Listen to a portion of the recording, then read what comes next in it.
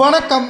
திமுக 900 கோடி வாங்கியதற்கான ஆதாரத்தை சட்டசபையில் வெளியிட்ட அமைச்சர் ஆதவ் அர்ஜுனா அதிரடியாக கைது நடவடிக்கை சட்டசபையில் ஏற்கப்பட்டுள்ளது. நண்பர்களே, இந்த வீடியோவிற்கு ஒரே ஒரு லைக் மற்றும் சப்ஸ்கிரைப் பண்ணிருங்க. சட்டசபையில் இதுவரைக்கும் திமுக எதிர்பாராத ஒரு கேள்வியே தற்பொழுது தாவேகாவின் அமைச்சர் கேட்ட அடுத்த நொடியே உதயநிதி அவர்கள் என்ன கூறுவார்? திமுகவின் மாஜி அமைச்சர்கள் திணறிவிட்டார்கள். அதிலும் திமுகவின் ஆட்சியில் லாட்டரியில் 900 கோடி ஒட்டுமொத்தமாக லாட்டரி நிறுவனத்திடமிருந்து மு.க. ஸ்டாலின் அவர்கள் தனிப்பட்ட முறையில் வாங்கியுள்ளார். இது லஞ்சமா என்ற ஒரு கேள்வியும் முன்வைக்கப்பட்ட நிலையில் ஆதாரம் கேட்ட திமுகவின் எம்எல்ஏக்களிடம் அமைச்சர் ஆதவ் அர்ஜுனா அவர்கள் 900 கோடி ரூபாய் நிதி கொடுத்ததற்கான ஆதாரங்களையும் சட்டசபையில் முன்வைத்ததால் விசாரணை கமிஷன் அமைத்து இதற்கான தண்டனையும் கைது நடவடிக்கையும் ஏற்றுக்கொள்ளப்படும் என்பதை சட்டசபையில் கைதுக்கான ஏற்பாடுகள் பற்றி பேசியிருப்பதால் உதயநிதி அவர்கள் நிலைகுலைந்து விட்டார். இதுவரைக்கும் சட்டசபையில் கடந்த கால திமுகவின் ஆட்சியில் நேரலை ஒளிபரப்பாது. இதனால் என்ன வேண்டுமானாலும் அவர்கள் பேசலாம், வாய்க்கு வந்ததையும் பேசலாம். ஆனால் முதல் முறையாக தமிழ்நாட்டில் ஒட்டுமொத்த சட்டசபையும் முழு நேரம் நேரலையில் ஒளிபரப்பப்படுவதும் திமுகவினர்களுக்கு அதிருப்தியை ஏற்படுத்தியது. முதல் முறை தாவேகா ஆட்சி அமைந்ததன் காரணமாக அவர்கள் மீது எந்த ஒரு ஊழல் குற்றச்சாட்டையும் முன்வைக்க முடியாது. ஆனால் இதுவரைக்கும் 5 ஆண்டுகள் ஆட்சி செய்த திமுக எதற்காக லாட்டரி நிறுவனத்திடமிருந்து 900 கோடி லஞ்சம் வாங்கியது? அதற்கான ஆதாரம் இருக்கிறது. உதயநிதி இதை பற்றி எனக்கு தெரியாது என்று கூறிய அடுத்த நொடியே அமைச்சர் ஆதவ் அர்ஜுனா, உங்களது தந்தையிடம் கேட்டு தெரிந்து கொள்ளுங்கள், நிச்சயம் கைது நடவடிக்கை உறுதி செய்யப்படும் என்பதையும் சட்டப்பேரவையில் ஆதவ் அர்ஜுனா அவர்கள் பேசியிருப்பது பரபரப்பான அரசியல் களத்தில் சட்டசபையில் போலீஸ்கள் அவை காவலர்கள் குவிக்கப்பட்டுள்ளனர். ஏனென்றால் திமுகவினர்கள் தவறு செய்ததை மக்கள் நேரலையில் தெரிந்து கொண்டார்கள். இப்பொழுது புரிகிறது எதற்காக திமுக 2500 முதல் 5000 வரை ஓட்டிற்கு பணம் கொடுத்தார்கள் என்பதும் புரிந்துவிட்டது. ஆனால் பணம் கொடுக்கப்பட்ட போதிலும் கூட திமுக வெற்றியடையாமல் தோல்வியடைந்து விட்டது. உதயநிதி அவர்களுக்கு தற்பொழுது அமைச்சர் கேட்ட கேள்விற்கு பதிலளிக்க முடியாமல் திமுகவின் மாஜி அமைச்சர்கள் குறுக்கே புகுந்து இதற்கு பதிலளிக்க முடியாது, இது லஞ்சம் கிடையாது என்று சமாளிக்கிறார்கள். ஆனால் இது விசாரணை கமிஷன் அமைத்து 900 கோடி எதற்காக லாட்டரி நிறுவனத்திடம் இருந்து பெறப்பட்டது? மு.க. ஸ்டாலின் அவர்கள் எதற்காக பணத்தை பெற்றார்? இதனால் அந்த நிறுவனம் எந்த லாபம் அடைந்தது?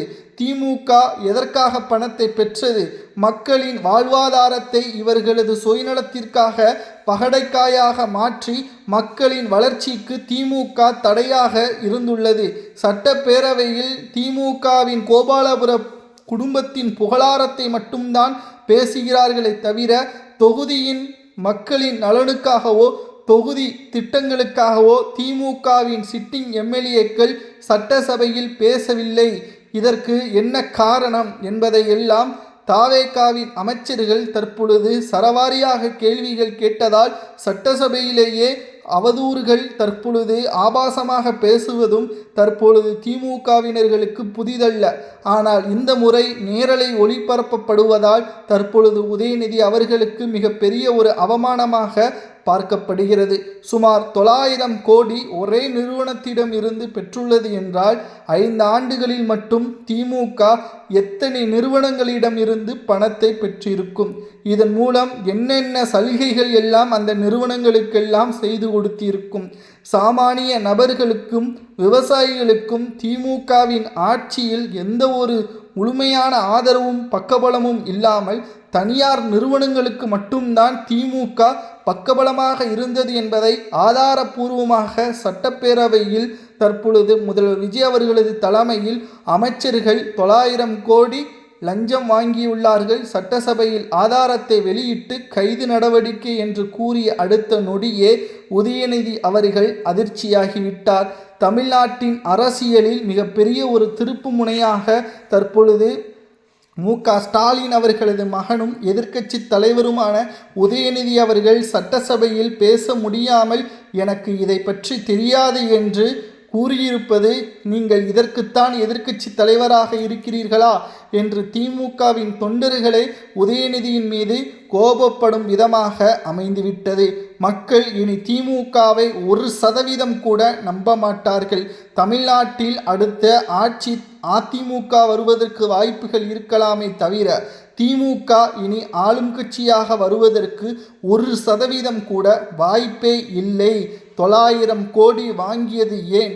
இதில் யாரெல்லாம் சம்பந்தப்பட்டுள்ளார்கள், எந்தெந்த மாஜி அமைச்சர்களது பெயர்கள் எல்லாம் இருக்கிறது என்பதை எல்லாம் ஆதாரபூர்வமாக தாவேகாவின் அமைச்சர்கள் வைத்திருப்பதால், அதை ஓப்பன் டிக்ளராக சட்டசபையில் வெளியிட்டிருப்பதால் திமுக நிலைகுலைந்து விட்டது. இதனால் உதயநிதி அவர்கள் அடுத்து எந்த ஒரு கேள்விக்கும் பதிலளிக்க முடியாமல் திணறிவிட்டார், அதிர்ச்சியடைந்து விட்டார். கோபாலபுர குடும்பம் ஒரு நிறுவனத்திடம் இருந்து 900 கோடி பெற்று அதற்கு என்ன வழிகள் எல்லாம் அந்த நிறுவனங்களுக்கு சாதகமாக செய்ய முடியுமோ அதை எல்லாம் செய்து திமுக கோபாலபுர குடும்பம் தனியார் நிறுவனத்திற்குத்தான் முதல்வராக செயல்பட்டார்களே தவிர தமிழ்நாட்டின் மக்களுக்காக எந்த ஒரு முழுமையான திட்டங்களையும் செய்யவில்லை என்பது இதன் மூலம் நன்றாகவே புரிகிறது. தமிழ்நாட்டில் இனி திமுக ஆளும் கட்சியாக வர முடியாது. அதே சமயம் அதிமுக தாவேகா என்ற இரு முனைகளுக்கு மட்டும்தான் போட்டி. உதயநிதி அவர்கள் சட்டசபையில் ஒன்று உறங்குகிறார், இல்லை என்றால் உளறுகிறார், இல்லை என்றால் சரியான கேள்விக்கு பதிலளிக்க முடியாமல் திணறுகிறார் என்ற தகவலையும் நம்மால் பார்க்க முடிகிறது. நேரலையில் நாம் காலையிலிருந்து பார்த்து கொண்டுதான் இருக்கின்றோம். திமுகவினர்கள் கேட்கக்கூடிய கேள்வி ஒன்று கூட விவசாயிகளின் நலனுக்காகவோ மக்களின் நலனுக்காகவோ இல்லை. ஒன்று கோபாலபுரத்தின் பெருமைகளை பேசுகிறார்கள், இல்லை என்றால் முன்னாள் முதல்வர் மு.க.ஸ்டாலின் அவர்களை பற்றி பெருமையாக பேசுகிறார்கள். தாவேகாவின் ஆட்சியில் இருக்கக்கூடிய பிரச்சனைகளை பற்றி பேசுவதற்குத்தான் எதிர்க்கட்சி அந்தஸ்து கொடுக்கப்பட்டுள்ளது.